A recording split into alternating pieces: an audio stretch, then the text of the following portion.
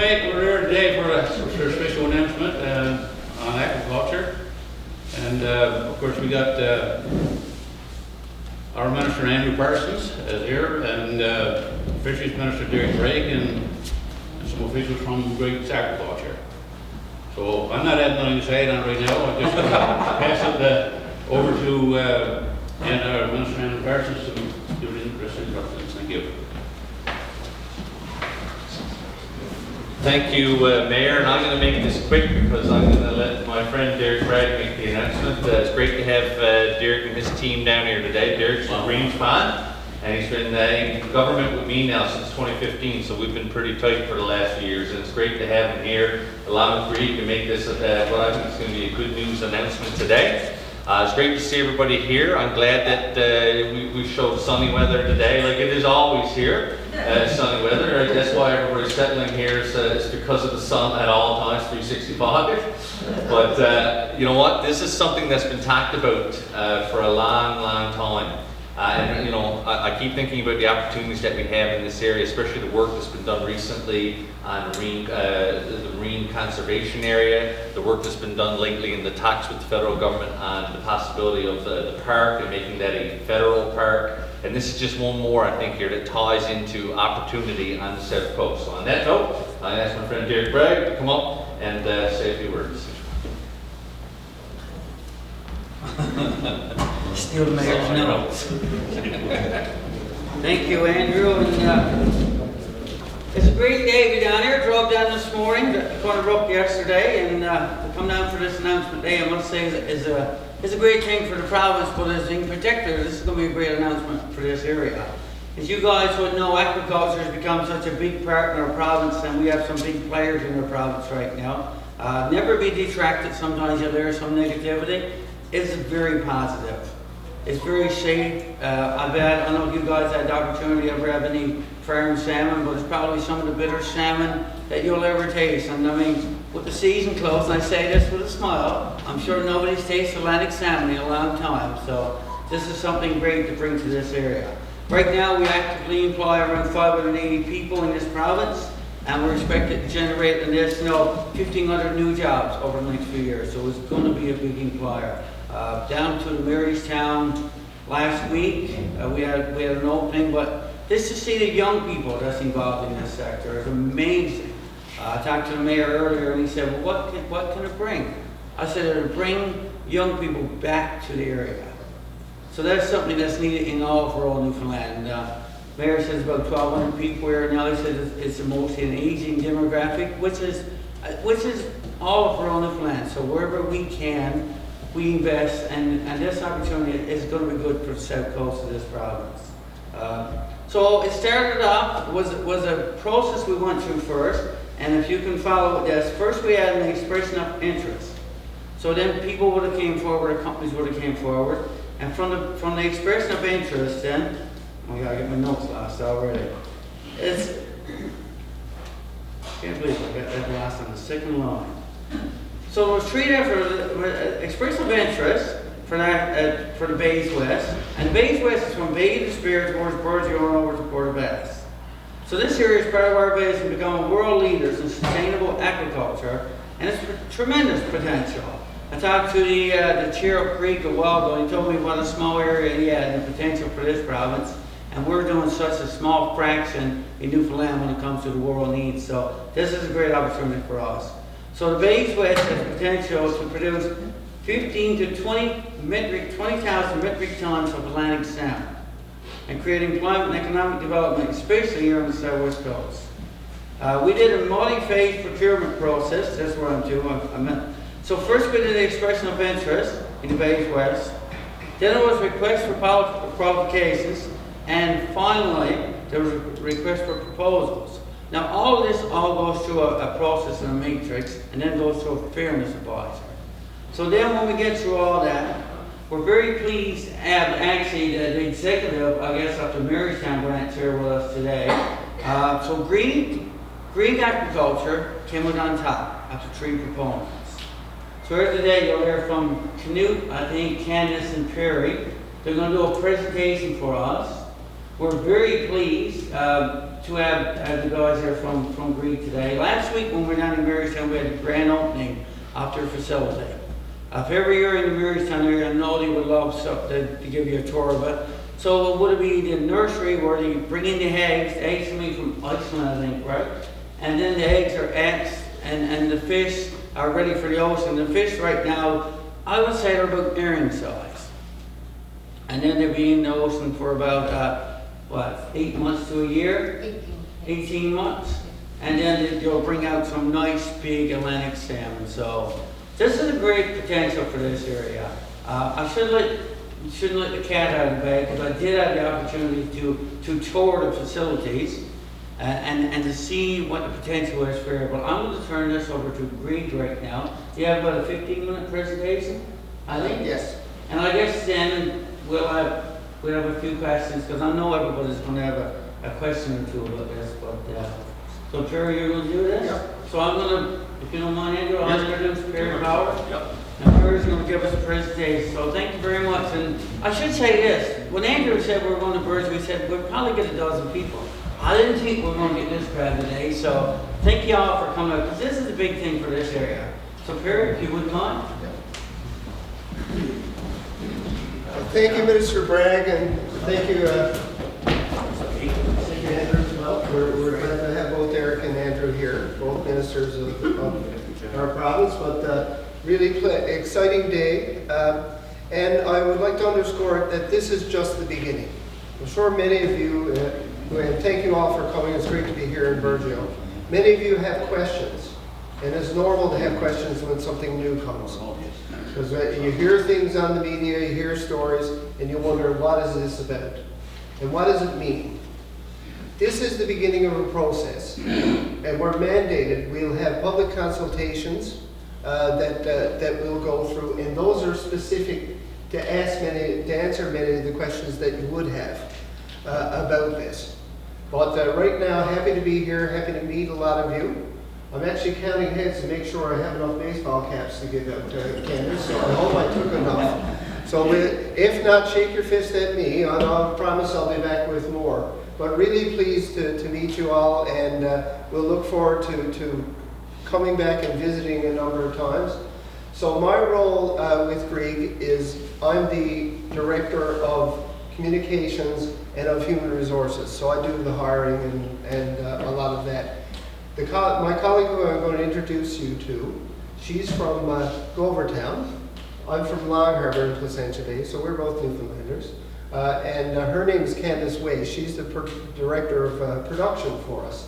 And she can answer, she'll give you a lot of information on how this project is a little bit different in the approach. It's considerable investment to do sustainable salmon farming.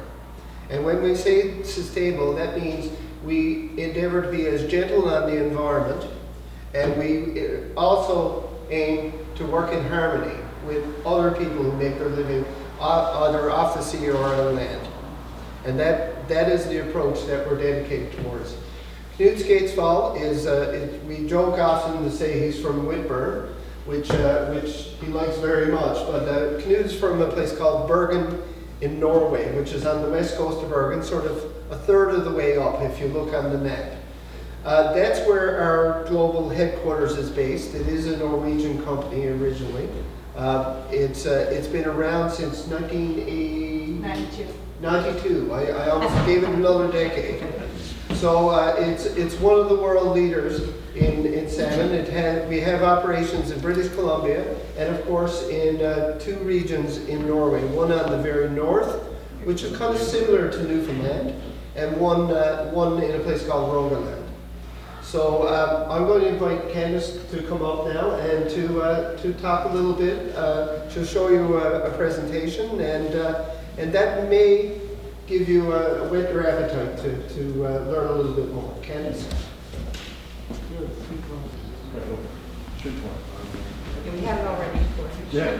Yeah, while we wait for that to warm up, I'll just introduce myself. Terry did it. I'd like to say thank you. Thank you for the turnout to come out here.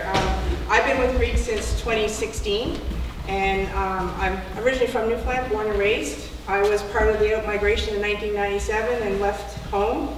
and spent 10 years down in the United States working. Moved home, and I've been very fortunate that I was actually able to work in my career in aquaculture.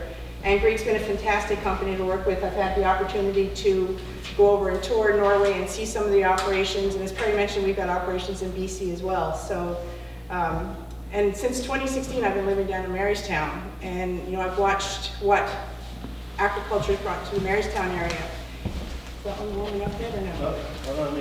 Okay. But so when we first started down there, of course, Kiewit, which was building a top rig for the oil industry, had just had a huge layoff.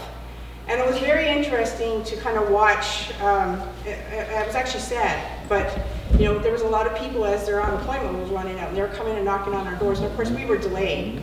But as we started to kind of climb up again, going to even like the local hairdresser, and she's talking about how much her business has improved. The Walmarts, the home hardwares, the restaurants. Like I said, it's definitely a lot of opportunities spin-off industry, which we'll kind of touch on here now when I go through my presentation. So as we're Grieg Seafood Newfoundland. So just who we are exactly. So as Perry mentioned, Grieg Seafood is a company that started in 1992 in Norway. And so they have operations, I apologize, the map is a little pale over there, but they have operations in Norway and in Canada. And of course, we're Grieg Seafood Newfoundland. Grieg Seafood Newfoundland is subdivided into two Grieg and L Nurseries, which is our land-based operations, and Grieg Marine and L Limited, which is our marine operations. So Grieg Seafood Newfoundland utilizes sterile Atlantic salmon eggs. We actually fly the eggs in from Iceland, and sterile just means not able to reproduce. The reason we use a sterile is because we want to minimize as much as possible the impact that salmon might have on the wild populations. So to add to that, we're actually using an all-female sterile population. Female salmon don't possess the same drive to go up rivers. So by using all-female and sterile, we're ensuring that should an escape ever happen, that we're reducing that interaction with the wild populations. Our anticipated timeline, well, we're very happy that we were awarded this RFP. Like I said, it was a long process. It's been almost a year. I think we started this right from the expression of interest. And so we have been kind of in this competition with other companies. And like I said, we were awarded it, so we're quite happy. So obviously the approval of the request for proposal was today, April the 26th. We're anticipating submitting, what's going to happen now going forward is we're actually going to have to start environmental assessments, looking for sites, as well as consultation with stakeholders. So that'll be coming down and meeting with anybody that's involved and holding public consultations and that sort of thing. So public consultations and environmental data will begin and continue throughout the entire operations. We anticipate submitting our first applications by the end of 2024, and with the first licenses hopefully being awarded by the end of 2026, and then we plan to have fish into the sea by May of 2028. Our production plan, as Minister Parsons indicated, or I think Minister Bragg said, we're looking at about between 15 and 20 metric tons, but there will be a ramp-up phase. So our first generation, which we put to sea in 2028, will be about 1 million smolt. Then we'll move to 2, then 3, and our steady state will be 4 million, which is our 15 to 20 metric tons. As I mentioned earlier, we want to minimize the interactions with the wild salmon. The first line of defense for that is utilizing equipment that will prevent the escape in the first place. Our cages that we use in Placentia Bay are designed for the environmental conditions of that area. We actually have engineers that come out, and part of the environmental collection is putting out monitoring devices to measure winds, waves, currents, and all that information. And they take that to actually design the mooring system for the cages. The company we've been using is a company called Scale AQ out of Norway, and they've been using their cages globally. And they've had them in some pretty harsh conditions, even up in northern Finnmark. I think one of the highest waves that they've actually had a cage system pass through was 11-meter waves. And that was significant. So you're talking 22 from trough to crest. And the cages came out unscathed.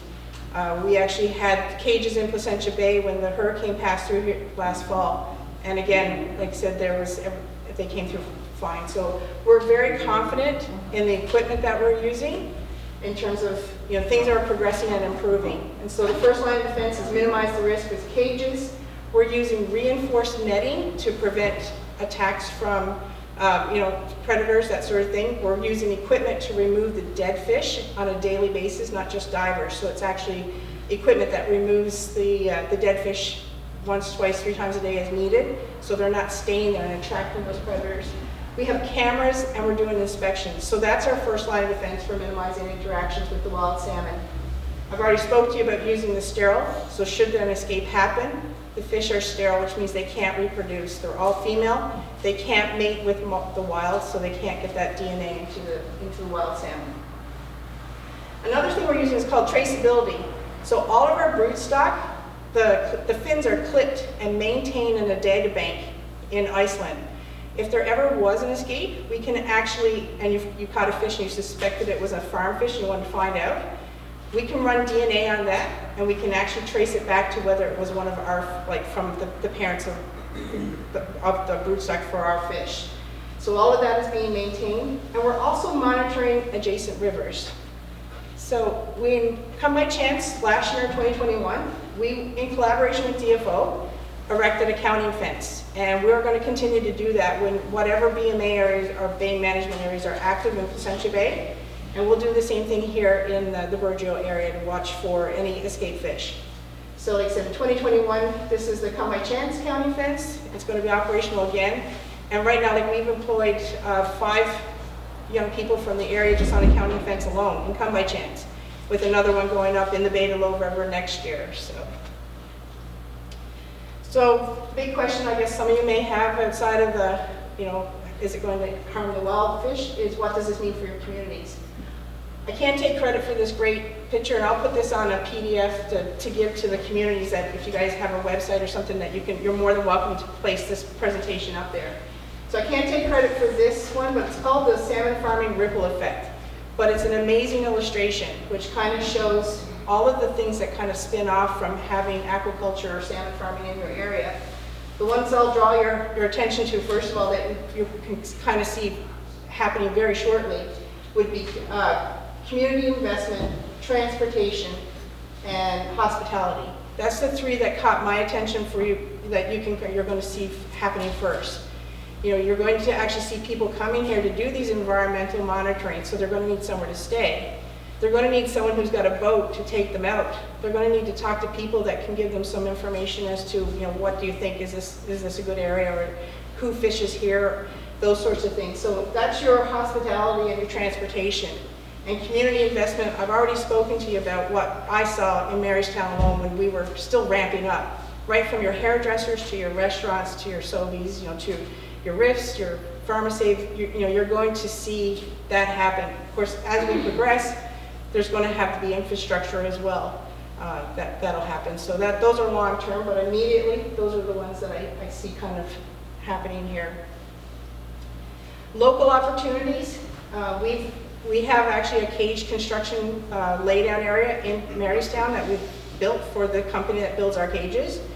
And they've got 6 people hired on full-time right now, right? Pretty much full-time. So like cage construction, maintenance and cleaning of the cages. So again, we go to third parties to come out and actually service our cages for these types of operations. So these are opportunities, people who have boats or enterprises that want to adapt to meet the needs of the aquaculture industry. Land-based feed storage.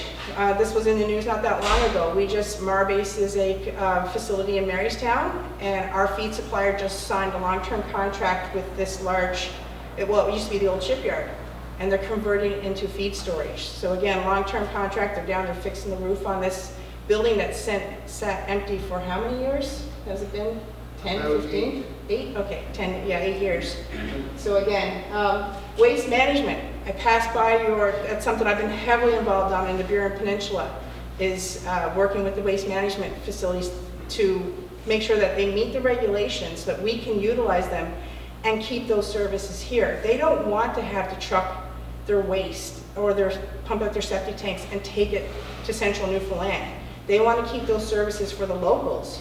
And so the waste management facility on the Burin Peninsula has been working with us to actually curtail to the needs of what our waste supplies will be so that they can keep their waste supply operations on the Burin Peninsula. Because that's something that's not happening very much in Newfoundland right now. Most everything is going to these central locations, and these small towns are losing that ability, which increases your tax rates because they have to truck it further. So waste management, environmental monitoring, as I mentioned, we're going to be here looking at potential sites. So you're going to have a couple of staff going around, and they're going to need help with that, whether that be contracting out the use of a boat and an operator to take them to those sites. We're looking at up to 70 jobs over 5 years. That's kind of what we forecast to get to what the production that I just kind of presented out to you. Right now, preliminary, we've been discussing having a primary base in Burgeo, which would mean an office, cage construction, storage for feed and silage, as well as a resupply site for fuel and supplies for staff. We're also considering a secondary base, potentially in La Poile, which would offer up storage and wharf and mooring areas. So I talked a bit about Marystown. Like I said, I've been involved in this project almost from the beginning. And we were approached, I believe it was in 2018, by this company, Invest in Canada. And they wanted to do a promo video on us and Greeks, well, we were Grieg and L at the time, in Marystown, and how that kind of built up the investing in rural Newfoundland. So this is a great video. I'm not going to play it here now, but you'll have the link in my presentation, and I encourage you all to kind of go have a look and see, because it actually shows the construction of our land-based facility, and they interview some of the locals, and they interview some of the employees, and it's really great stories to hear. Just before we started here, I was talking with the interim town manager, and she mentioned to me how the size of her graduating class compared to the size that her children are in now. And just kind of put this in perspective, our Grieg family, which we were about, 60 employees last year in the land-based facility, we actually had 6 children born just within those 60 employees. So that speaks to the number of young people that have moved home or have come for jobs, bought homes, and are having babies and building families in the local area. Like I said, when my children were 13 and 15 when we first moved, they moved down to Marystown, and they were looking at shutting down the secondary school at that time. It was a grade 8 and 9 school. And that was kind of one of the arguments I made. This was before COVID, and I was like, why would you close down schools? We're in an upswing. Grieg is here. They're hiring. You've got all these young families coming in. Now is not the time to be shutting down these schools. You're going to see growth here, right? So, again, I see the potential here. I've been in aquaculture a long time. I started in 1994, and like I said, a lot of my career was spent in the U.S., but I'm a strong proponent for it. It's fantastic. And we've made such strides in sustainability. As I said to my young son, as we were kind of, when he hears some of the negative, I said, I was an environmentalist before I became an aquaculturist, and I wouldn't be doing this job if I didn't believe in its sustainability. So with that, I'd like to say thank you for giving us the opportunity to present ourselves. We're very excited to be here, and look forward to working with you all. And there's just a nice picture of our cages going out in Central Bay, so you can.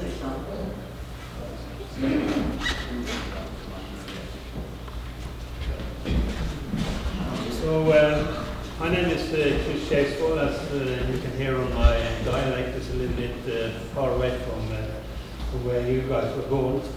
But at the same time, I feel like a Newfoundlander. I've been there for quite a few years.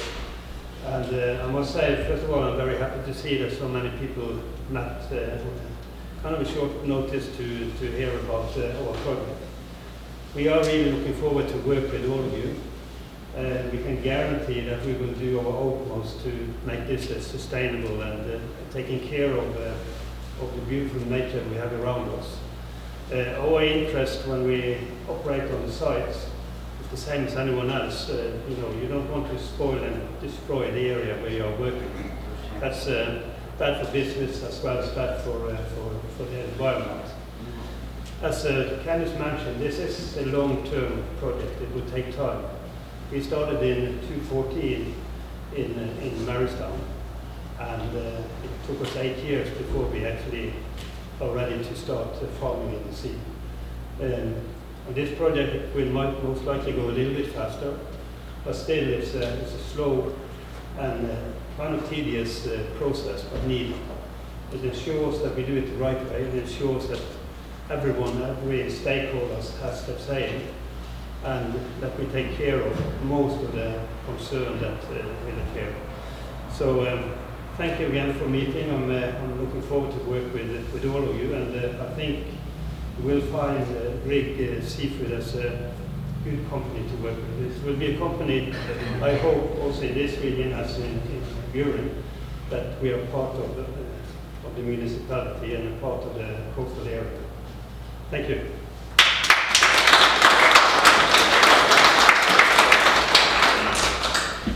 So I think this might conclude the, I guess, the formal part of the presentation.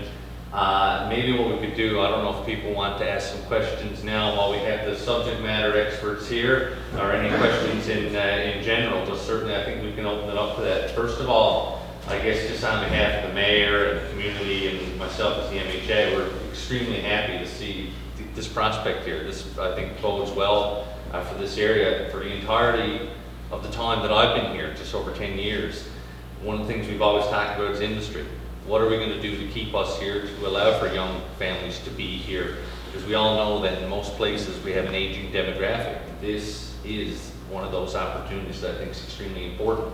I will say that I've said to Derek and to any company before, the best way to come and invest in any community though is to be out there forthright, forthcoming, and basically be consultative with the public. So that's why I think you'll see over the next number of years, people are going to have questions, and I think Grieg has shown that they're certainly willing to speak to communities to talk about, how this process works. What does it mean? How can we better benefit from this? Because that's part of becoming a community and speaking to people down in Marystown in the Buren area. I mean, they've seen the positive impacts of industry like this coming in.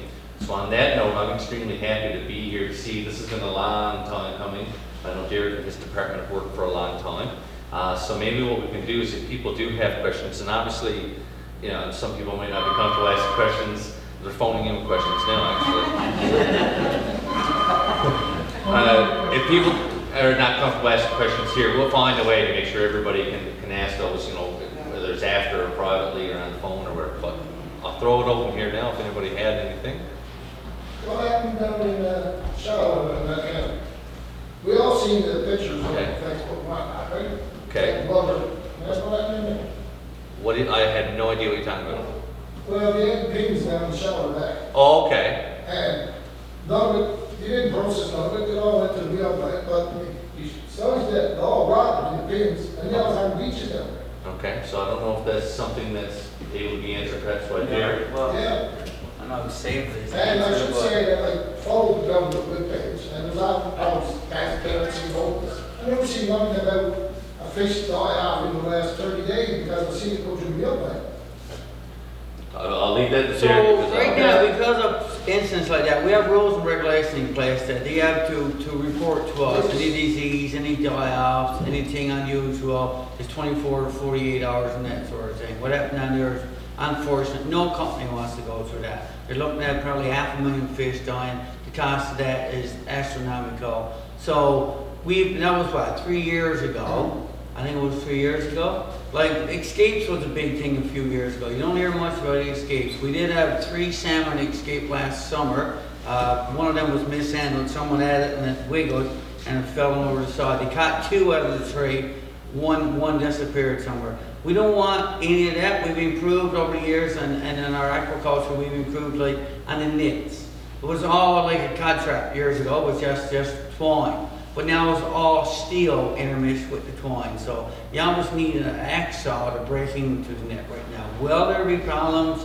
There probably will be, but we can't be defined by an incident in time.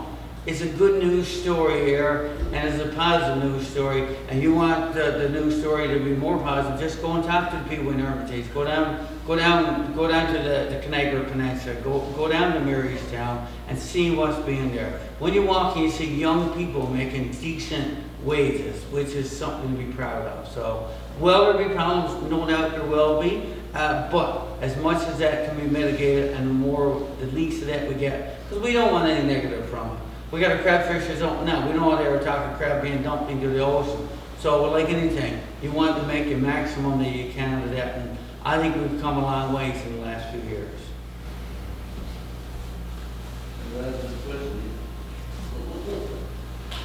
Is there any other questions? The only operation you got now in Marystown, in Newfoundland? Yes. Yes. Okay.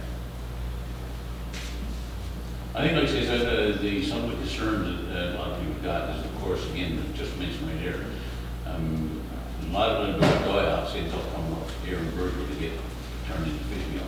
Right. And a little while back, there was fish that had died out, and we're actually taking it and it's rotten. And I mean, it was a terrible smell, and our waters around the coast, around the shore, and the bay, even around the plant, and so it was terrible, rubber and everything that came from the plant, which, again, that's something we need to talk to the environment, something about this stuff to prevent that from happening in the future. And so those die-offs and that kind of stuff coming into town to get produced in the fish meal, you know, leaves a bad taste in people's mouths. Just a comment on my part. Yeah, there's no doubt. I can speak to that actually. Yeah. So typically in Newfoundland, the aquaculture industry, like I said, used to use the fish meal plant quite a bit for those types of things. We are actually using a different process, and it's called ensilaging. And so you take the dead fish and you actually add a product to it, and you make them shelf stable. And it's actually over in Europe, they use it for a lot of feeds for other animals, pigs, that sort of thing, right? We're actually in discussions with companies globally for this product, and even locally, there are companies here in Newfoundland that are interested in it. I won't get into all the details there. Right now, we're at a level we're not producing enough logistically to get all the infrastructure, so there's kind of an interim phase. But the barges that we have on our sites have a system, as I mentioned, to actually collect the dead fish from the bottom of the cage, transport it to the barge. They get dewatered, they go through a chopper, and then they get put into a tank with the product to make them shelf stable. And then they go into holding tanks on the barges. Our service supply vessels come out and collect that product, and then they can take it to, like I said, our long-term plan is to actually sell it, or at least be cost neutral, so it doesn't become. That product doesn't have the same smell as rotten dead fish, Okay. because it's processed at a different level, and it's actually a product that's actually got a lot of value to it. Should there be a mass mortality, our lift up that's the mort removal system, the dead fish removal system, actually has the capacity to empty the dead fish from a cage within hours as opposed to weeks. Okay, so we would actually contract a large vessel that could hold all the dead fish and we would actually process them, and so it wouldn't be dead fish coming in. And except this is a process that the industry in Newfoundland is moving towards. As Derek mentioned, there's been a lot of new regulations brought into the province of Newfoundland since 2019. And they're becoming a lot more stringent with companies, and companies in general are moving that way. And as Derek said, yes, we can't be defined by the things of the past. We're learning. You know, I've often used the example that there's a reason they started sending a canary down the coal mine, right? Men die first. So, right, we made mistakes. Every industry makes mistakes, but you know, we're moving forward. And you know, like I said, I couldn't be prouder with what Greek has invested here with regards to their equipment. And I'm also proud of the province and how they've stepped up to really kind of tighten up the regulations and the procedures and whatnot locally in the province. So as of right now, you guys are not operating from Hermitage up to St. Francis. That's a different company. Different company. Our only operations are in Placentia Bay, and we only, so as Knut mentioned, so we actually, we have our land-based facility built in Marystown, and our first fish are going to sea this summer. So our first cage operations will begin this summer. And, but we don't own any of the companies from Placentia Bay West. They're not ours. If I could just add a couple things. because, going back to that, now over the last number of years, I'm like everybody else, I see these incidents and read about them. A couple things I would say, three things I would say. Well, number one, there are multiple companies in this province that are operating in this field. And so what I would say is that this is a company that's relatively new to this province in that sense and is not actually producing now. The second part is I will say, just about in every field, this, and Derek might be able to say more, but when we talk about cattle, when we talk about other animals, other industries, food industries like that, we have had situations where you deal with these types of issues, and it's never fun, especially when you see the negative impact and not everything else that goes along. The last thing I'll say, and perhaps the most important thing, this is a long ways off, and there's going to be a stringent environmental process, no different than just about everything I deal with, whether it's mining, whether it's oil and gas, you name it. It has to go through a process, and if it doesn't hit that process, it doesn't get allowed. That's why the mining in Central was delayed for a number of months, because they needed to deal with caribou and migration patterns. It'll be the same for this. The other side is that it will have to be a public consultation process.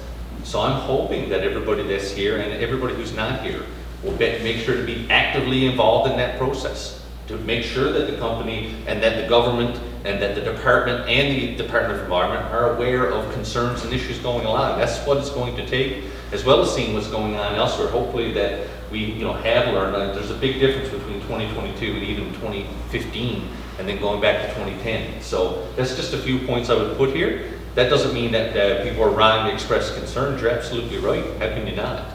But again, that's the process here, is that you improve from that, you put in more stringent regulation, and you hopefully can avoid that. But when you're dealing with any industry like that, you are unfortunately going to deal with die-offs and other issues like that, whether it's diseased animals, you name it. That's just a little bit of my experience, I guess. So is there any, again, go ahead, sir. Yeah, I'll stand up because I'm so short. I was in international development for a long time. I'm sure everybody's happy to see such a rich country as Norway investing here. But what I found over my career was that often in the countries that I had some responsibility for was portfolios. Highly advanced countries like Norway would often invest in industries in countries where the regulatory framework and the institutional frameworks were much more permissive. And so I think that's a natural question. I heard you say stringent, so perhaps you've answered that. But I think it is worth posing. Absolutely. So, look, and absolutely right. I think we've seen that in the past, and that certainly goes back a long ways to involving multiple countries. What I would say is that this industry, even though still new here, has been around for well over a decade. So I'd like to say, and I'm fair in guessing this, even though I think it came in when I was not even a part of any government, to the part where I was in opposition, would ask questions about it, to the part where I am in government, even though I'm not in this department.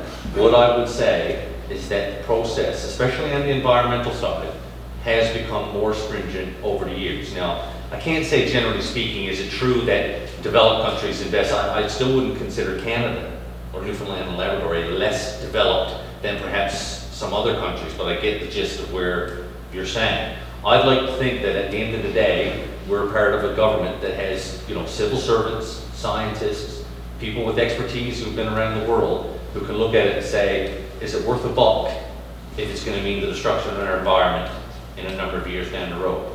And so what I can say is that, again, as someone who has young kids, and would like for those young kids to stay in Newfoundland and Labrador for many years down the road, the same way that I'm, talking about not just this industry, I'm talking about oil, gas, renewable resources, you name it, mining. We need to leave something behind for later on. So I would hope that our restrictions or our regulations have not only gotten more robust over the last number of years, again, learning from prior experiences, and I bet you that the other nations like Norway, Knut can probably tell me if I'm wrong here, I bet you Norway went through its own challenges with this industry from the start to where it is now. It's an evolution that happens.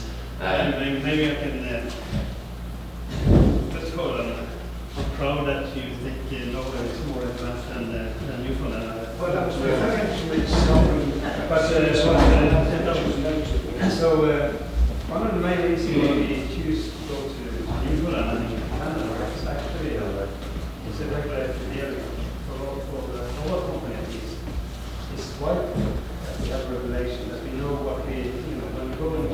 them that you know what is the regulation, what is the terms, and that they are at a high level. If the regulation is poor, then you end up in that situation for the whole industry, and we can't work like that.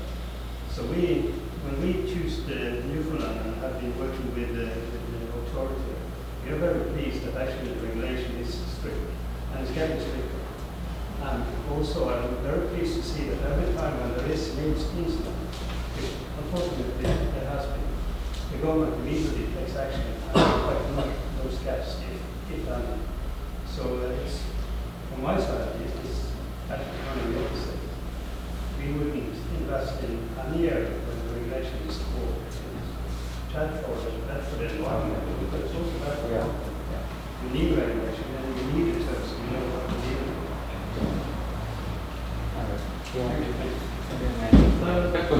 Along the same vein, I'm David Calder. I'm chairman of the local harbour authority. I just moved home here after being away for, well, 30, 40 years. But I lived in BC for 25 years, and the whole time I was out there, was constantly talk about the problems with the fish farming industry on the west coast of Canada. And to my knowledge, it still has not been satisfactorily resolved. There's still lots of issues, especially the problem with the sea lice growing on the farmed salmon and then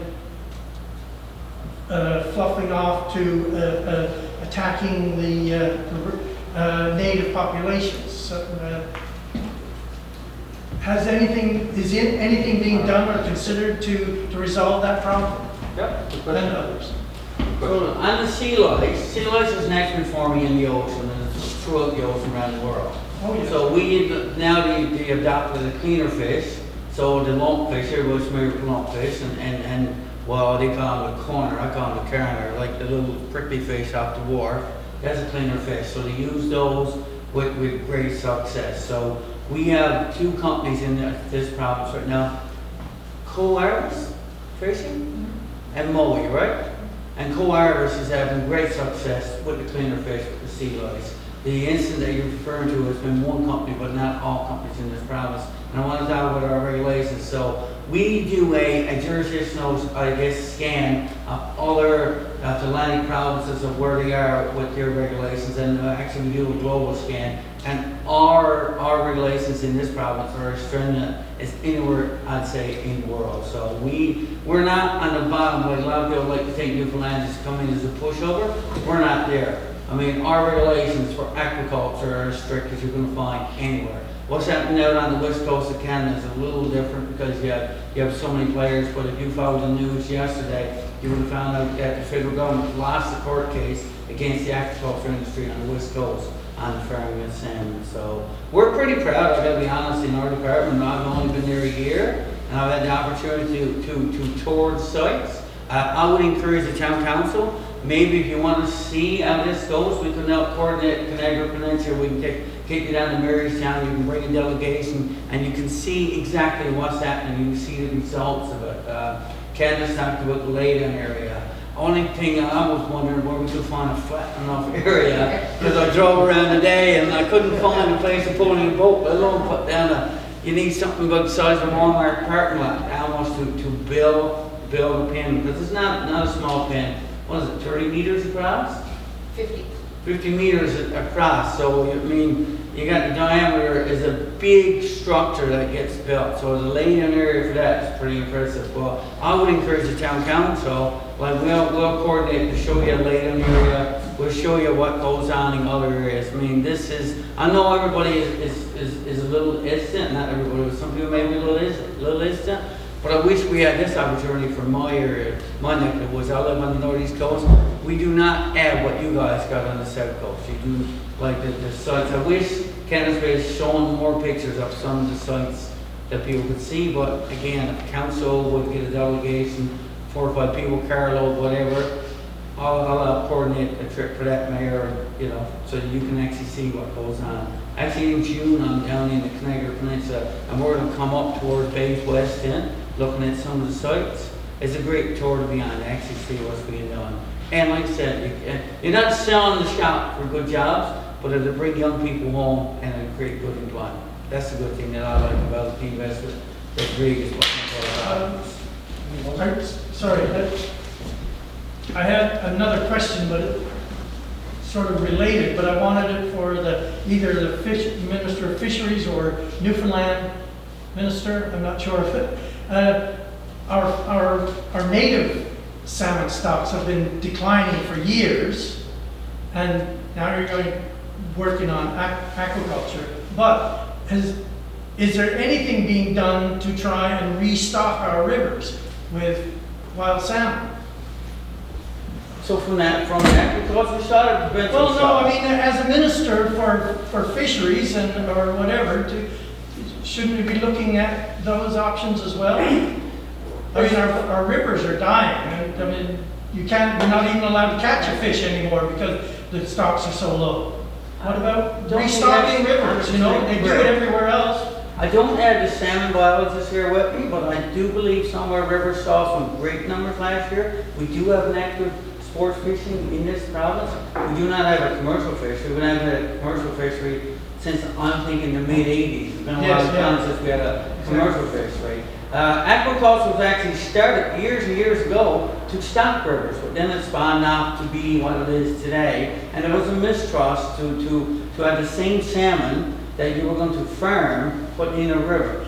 So they didn't want that cross contamination. So since I've been there, the Atlantic Salmon Federation has not come forward for us to work with anybody. But I know, Greg, you guys, you monitor all the neighboring rivers to make sure there's no cross contamination, right? But And just to add to that, there is a working group with the Department of Fisheries and Oceans that just got started within the last 6 months that is looking into that. So it is they are aware of it. It's just it's not an easy answer or solution. Right. yeah. Right. And You have to capture the wild salmon. you have to clean the to figure raise out them, as well. to release them again. So Yeah.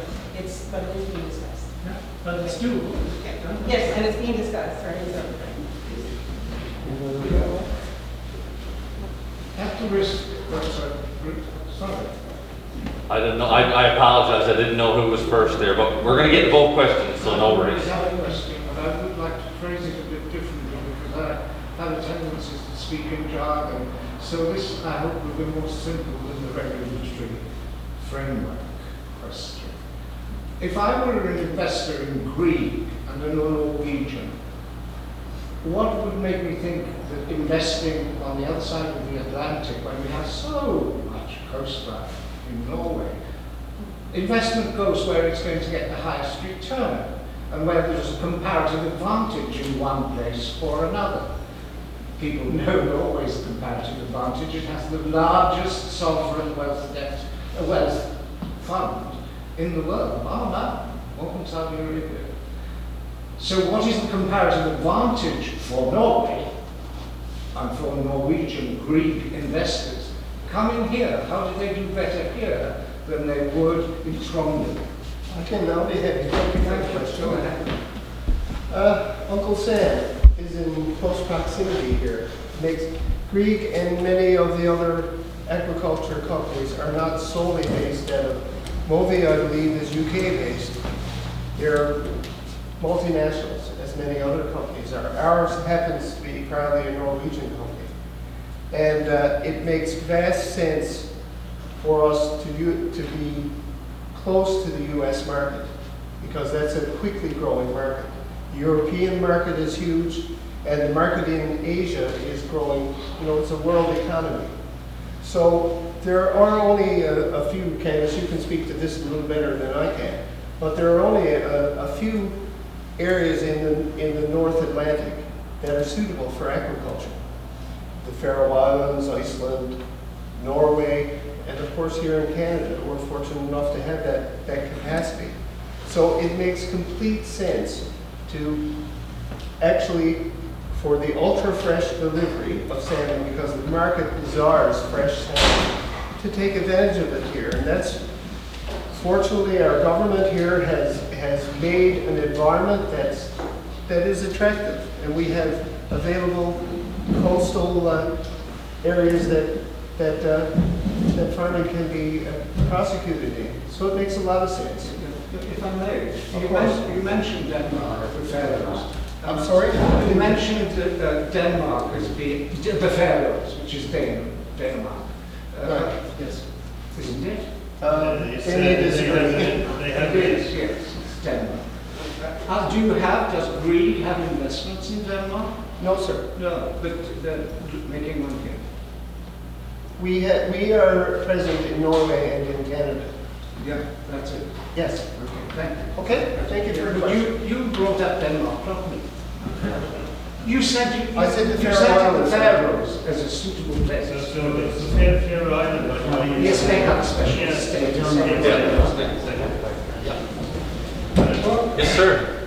I mean, it's like anything else. I guess there's going to be risk in this. There's no getting around that. The one thing I don't like about aquaculture in the past, and I hope you guys know a little bit different, is the fact that you feed salmon. And this was- No. No, we're not Good, allowed. I'm glad to hear that. But the way I look at it, there's risk in farming. You've got pesticides, insecticides, fungicides in farming. In Harlem Street, you got exhaust, you got, I don't know, how many chemicals in that. You know, the hog fields is stocked all over the world. They're doing better. I know there because I got two sons working into it, but I know the money they put into the oil industry to make it all cleaner. We had a fish plant there. We had 500 workers there. There was problems. Then we put acid and, you know, there's a big old pipeline goes to the reach. There's some problems with that. So even though there's some reluctance on my part to accept aquaculture, I don't see it as much worse than all these other industries around the world. You know, there's some pollution, there's some risk in all of them. So for me, I'm with a group here called Concerned Citizens Group, we're going to be with you tomorrow. And what is going on in Virgin right now? There's nothing. There's free going, we're all getting old. There's not going to benefit me, whichever way we go. But I still like to see that this is a good community. I'd like to see something here, you know. So for me, this is sitting on our doorstep. We sit around as a group and we talk with lobsters. Now can we get more of the lobsters? You know, there's millions of dollars already passed that door. We'll talk about that tomorrow. I don't know if anyone's ever going to come out of this, but I see this right here now is something for our future. 6, 7, 8 years ago, time to come, maybe I'll up there demonstrating something about the aquaculture I don't like. But for now, I say it's sitting there and it's an opportunity for us. I think you make a good point, and I would just say your reference to oil industry. So that's one of the arguments that I've made over some time. The reality is there is no industry right now that is completely 100%, non-emissions, some kind of environmental impact. That's the trade-off. If anything, our goal is to reduce that. It's risk versus reward. That's one of the perils of development. It always has been. But the reality is in this country that we have a higher environmental standard than elsewhere. I look at, again, going back to oil. 3 out of 10 top oil producing jurisdictions are democracies. We're one of them. The rest are not democracy. And I'm going to tell you, and again, I believe I'm true here, we have higher regulatory standards than they do. We have better protections than they do. We are forced to have that. So the same thing here. Look, you're absolutely right. There's going to be questions asked the entire way. All that is here today is the announcement that Greed, as a significant industrial presence, who is already established here in the province, won a regulated process to be the company that is allowed to develop this area. But part of that process is that they have to meet certain standards. They have to achieve certain standards. They have to meet the public. So the entire way, questions are going to be asked, and not just by the public, but by the regulator themselves. So I think you're right. I do think there's an education process here for all of us. Certainly for me, I would say to everybody, let's not be afraid to ask the questions, but let's not also just take the information provided to us solely by others. Because and again, I'll say this, and maybe I'm wrong saying this, Facebook is not the answer to everything. I put that out there because I got a lot of people come to me on certain other issues and say, well, look at this, and I say, that's not exactly something that I would call fact-based. So back to this, look, you're right, I think this is an opportunity. I'm unaware as to, look, we're trying our best to do what we can to make this as viable an area as we can, and I think there's lots of opportunity, but it's not based around the same things that it used to. Our biggest area, the biggest things we have going for us is the natural beauty, the tourism opportunities, the aquaculture opportunities, just looking at the nature conservation areas, which is something we're working on hand in hand. Literally, it's a conversation that's going on now, is how do we protect as much of this marine area as we can, but at the same time, we can't be mutually exclusive from industrial opportunity. We need to find a way to marry both in the best way that we can create as much opportunity as possible and protect as much area as possible. That's what we want. We want to protect this for years beyond when all of us are going to be here. I'd like to know that this area still has an opportunity to prosper. So you raise a great point. We're going to talk about it again tomorrow, but this is not the end of the conversations. This is just the announcement that we're finally concluding a process that Greek won. And again, point out, not sole source, not saying here, this company just came in on the street, we handed him, say, you look here, you got a blank check and a blank ticket, do anything. This has not been an expenditure of public dollars. This is a company that wants to come here and invest because they believe there to be an opportunity. And so that's how this process starts. You see here that I think it's saying 2028 is when we're going to be. That's a pretty long time. Just to give you some context, Bay of the North just went through the environmental assessment. Bay of the North could be pumping oil at the same time. And that's going to require the construction of FPSOs and a significant amount of work. So what I'm saying is that's a long time, but it's a time to familiarize yourself, to ask those questions, and to see what is it worth it.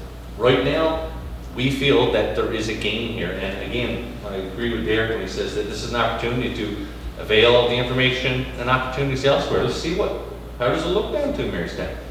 How does it look down in Harbour Bread? What's going on down there? Let's see it for ourselves. So Dave? they're operators right Just now, a second, else. Dave? east of Francis. There are operators east of Francis and other. Right. You made the note that this is Bays West. What is the geographical location for Bays West? Where does it pick up down eastern and then far up to the west of the coast? I don't actually have a map. Tracy, we don't have a map, do we? Do you guys have a map to show people? 'Cause I don't know the little points of bays and that sort of thing. But what I whispered in it, well, I'm not ask Curry, like, I just want you guys to know how serious Great has been. So Great has sold out their Scotland enterprises. What they've done in Scotland, they're investing that money back into Canada, most of it here.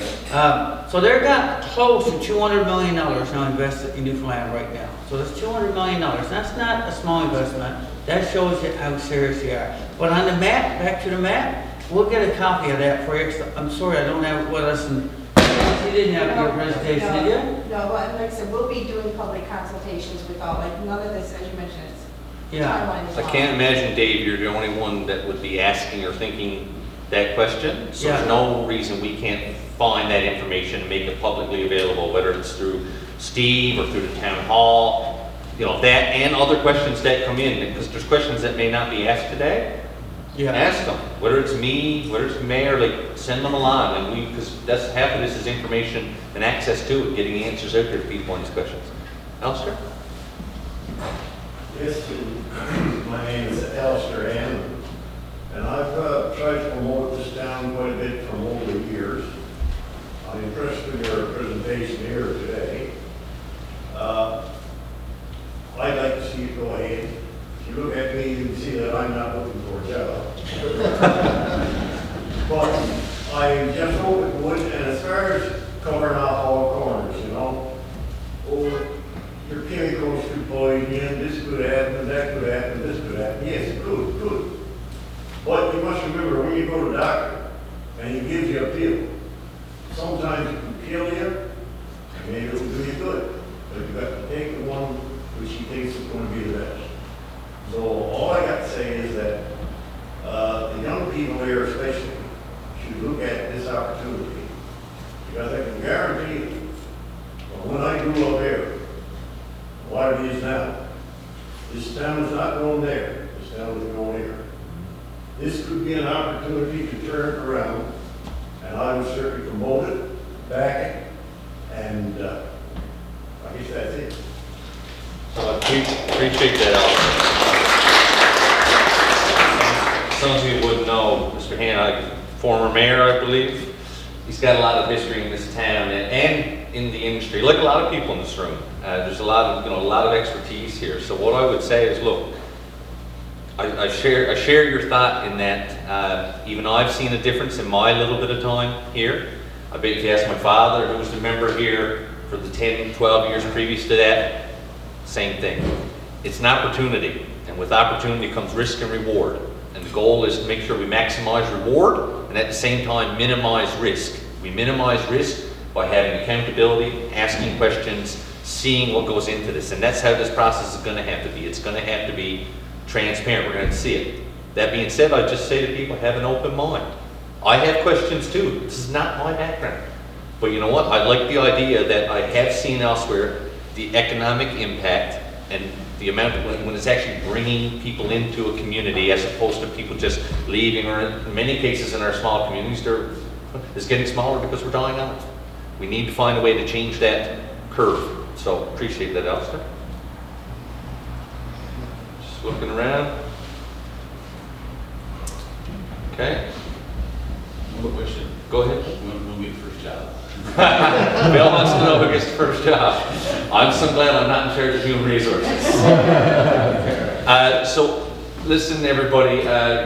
Just really happy to see this turnout here. This is a really positive day. It's a day where we're coming here and we're announcing opportunity, and that's what it is. It's opportunity. And you know what? When we can come here on a Sunday day and announce that, that's a lot better than many other days people seeing where we're coming here on not so nice days and we're not announcing opportunity, we're announcing something else is going away. So look, we got a process here, but we've got a company that's got a reputation, financial ability, and a track record here, and they're going to work with the community, they're going to work with council, who are going to be your voices. That's how it's meant to be. Council's there to be the voice.